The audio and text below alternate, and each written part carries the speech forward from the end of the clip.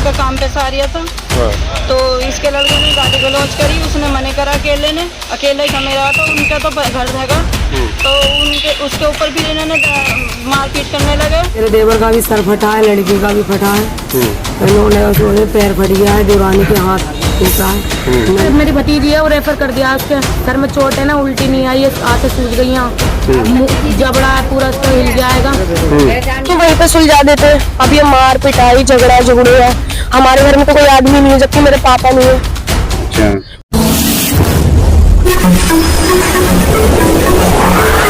मैं एम नफीस रशीद, आप देख रहे हैं भारत न्यूज 247। खबर के आखिर तक बने रहें।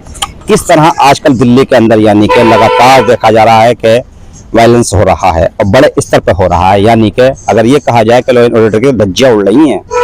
कभी दिल्ली में आवाज आती है कि 7 राउंड फायरिंग चल गई, गोली चली है और वेलकम में बड़ी घटना घट जाती है। उसी तरह से आज करवा चौथ के दिन यानी कि मालूम होता है कि दिल्ली में 2 महिलाओं का स्वाद गुजर गया। इसी तरह की घटनाएं 1-2 नहीं लगातार बढ़ रही हैं और ऐसी ही खबर अब आई देर शाम को कि दिल्ली के ही यानी कि पूर्वी दिल्ली के गाजीपुर थाना क्षेत्र के अंदर मुल्ला कॉलोनी के अंदर। आप वीडियो देखिए, मैं विजुअल दिखा रहा हूँ अपने गाँव में चलते हुए आपको कि किस तरह से पथराव किया जा रहा है। ये पथराव इतने बड़े स्तर पर हो रहा है कि समझ नहीं आ रहा है कि पथराव कर कौन रहा है। पर ये जो हमने जानकारी निकाली तो ये मालूम होता है कि ये पथराव एक ही मुस्लिम समुदाय की ओर से हो रहा है। ये पथराव हो किस लिए रहा है मैं ये भी जानने की कोशिश करूंगा। पर जिस तरह से हम लोग यहाँ लाल बहादुर शास्त्री हॉस्पिटल पहुंचे, उसके बाद मैं GTV हॉस्पिटल में पहुंच चुका हूँ और मैं पूरी तरह से कोशिश कर रहा हूं कि सच सामने आ जाए।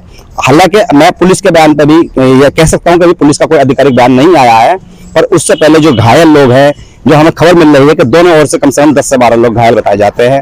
पर हॉस्पिटल लाल बहादुर में 2-3 मिलते हैं और GTV में भी 1-2 मिलते हैं। बात यह है कि इतने बड़े स्तर का जो पथराव हुआ है, ये हो क्या रहा है। इसी संदर्भ में बाइट सुनिएगा जो एक पक्ष में यानी कि है वो क्या कह रही है। उस समुदाय यानी कि एक परिवार की महिला है जो अपना बयान देकर बता रही है कि किस तरह से हमला शुरू होता है। मेरा नाम नाहिद है। नाहिद जी, क्या हुआ था और कितने बजे की बात है? ये कुछ 8:30 पौने 9 बजे की बात हैगी जी। लड़का काम पे से आ रहा था। हाँ। तो इसके लड़के ने गाली गलौज करी, उसने मने करा अकेले ही था मेरा, तो उनका तो घर रहेगा, तो उसके ऊपर भी इन्होंने मारपीट करने लगे। फिर छोटा लड़का आ गया मेरा दूसरा, तो इन्होंने फिर ऊपर से पत्थर, इनकी लेडीज ने ऊपर से पत्थर दिए और इन्होंने पथराव करा नीचे। क्या नाम है इनके जिन्होंने पथराव करा? मैं नाम नहीं जानती, इन्हें नमक वाले के नाम से कॉलोनी में मशहूर है ये। ठीक है। और कितने लोग घायल हुए? एक सुल्ले ने मेरे ये छुरी मारी। चाकू मारा आपके? समीना।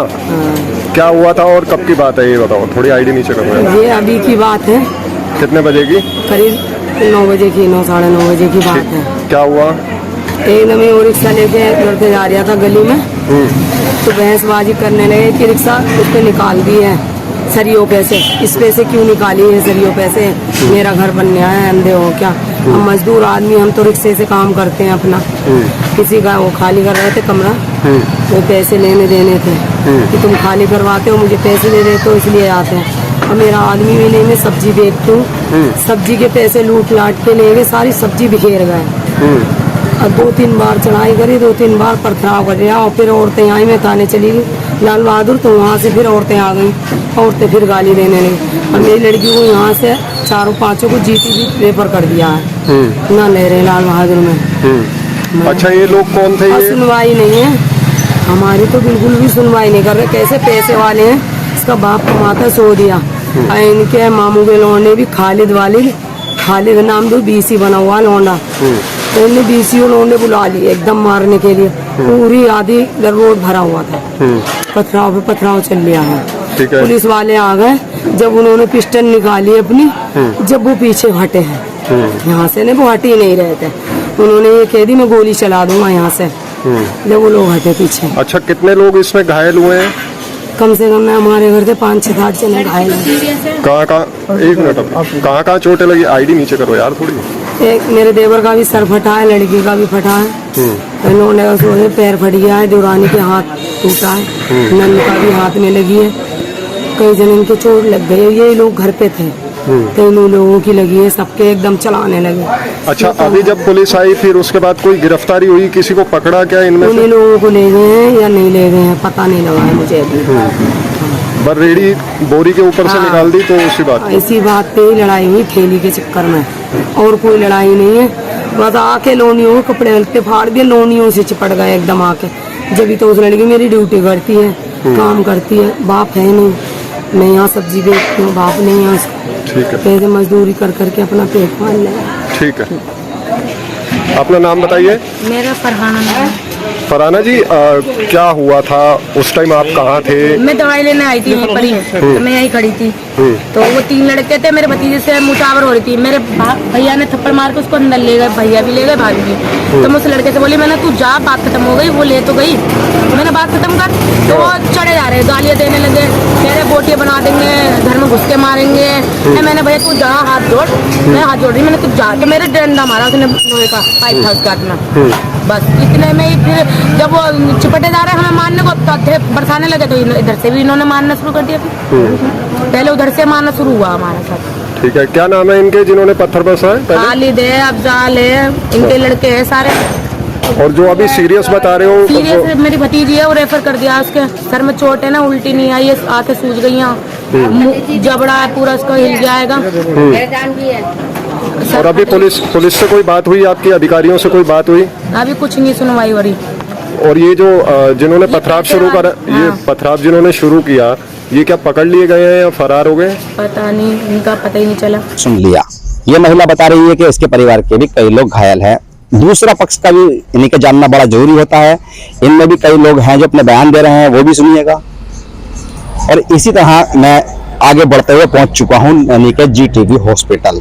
यहाँ पर वो लड़की मुझे मिली है जिसका बताया जा रहा था कि बहुत ज्यादा यानी कि उसका चोट लगी है। वो लड़की यहाँ पे बैठी है। मैं जानना चाह रहा था कि आपको कोई हॉस्पिटल किस समय लाया गया?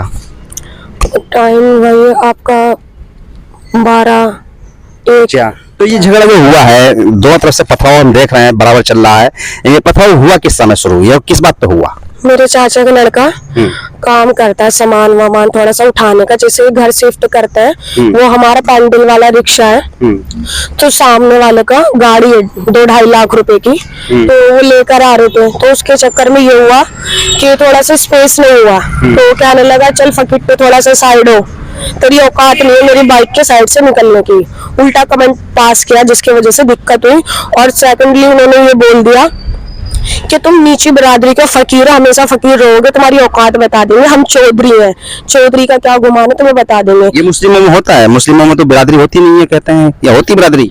आज हमने देख भी लिया, बिरादरी ऊंच नीच जात छोटी बड़ाई सब करते हैं उन्होंने। हाँ, हमको ये बोला गया है कि तुम्हारी बोटी बोटी काट के बाद में फकीरों को रोड पे रहने नहीं देंगे, तुम्हारा घर भी यहाँ से खत्म कर देंगे, जो तुम्हारी जात है ना नीची उसको बिल्कुल खत्म कर देंगे, ऐसा बोला। तो इसको लेके थोड़ी सी तू नहीं, हमारे चाचा ने अपने लड़के को अंदर करा। हम भी वही बैठे हुए थे, कोई नहीं था मेरे घर में। एक चाचा ही थे और उनका एक बेटा था जिससे लड़ाई हो रही थी, हम सारी बहनें थी। तो 4-5 लड़के आते के साथ ही मतलब बात खत्म हो गई है। आते के साथ ही उल्टा सीधा बोला और हाथापाई शुरू स्टार्टिंग हो गई। ठीक है, उसके बाद हमारी दिक्कत ये होती है, आज जैसे कि वो आने के बाद पूछा गया कि क्या क्या बात हुई क्या नहीं। सीधा हाथापाई करने के चक्कर में इधर उधर उल्टी सीधी जगह भी टच हुआ, जिसका मतलब कि हाथ चूर छुटाने में, मारपीट में, कपड़ों पे भी बॉडी पे भी लगा। ठीक है, दुर्व्यवहार किया गया। हाँ, जैसे हम ऐसे तरीके से हाथ कर रहे हैं, तुमको पीछे की साइड पुश कर रहे हैं, देन मारने की कोशिश कर रहे हैं, तो ये चीज गलत है। आप सामने से मेरे से बात करो, आप मेरे से बात नहीं कर रहे हो, डायरेक्टली बात कर रहे हो। हमने सुलझा दिया, हमने तुमसे, मेरी बुआ ने, मेरी चाची ने और मेरे चाचा ने हाथ जोड़ के बोला, उनके पापा भी आए थे, सब आए थे कि सॉरी जाओ गलती हो गई, हमने समझा दिया बच्चों को, बात तुम्हारी समझ गई। उनका पीछे से एक लड़का आता है, सीधा के साथ ही उन्होंने डंडा स्टार्ट किया है। डंडा स्टार्ट करने के बाद उनने मारा, फिर मारम पीटी स्टार्ट। उसके चाचा ने, जो मतलब उनके जो पापा है लड़के के, वो मेरे पापा के काफी अच्छे दोस्त भी रह चुके हैं। आप खुद भी ये सोचोगे कभी इतने पुराने दोस्त के घर में भी ये बात हो सकती है, कभी आप सोचोगे नहीं, डिजर्व ही नहीं करोगे इस चीज को लेके। वहां पे ये दिक्कत हुई। और सेकेंडली उन्होंने मतलब ऐसे इतना मारम पीटी स्टार्ट हुआ, मतलब डिस्टेंस कर दिया, थोड़े को दोनों को अलग अलग कर दिया, चले गए एकदम ही। और मैं अपने भाई को लेके अंदर ही आ रही थी, मैंने कहा चलते हैं।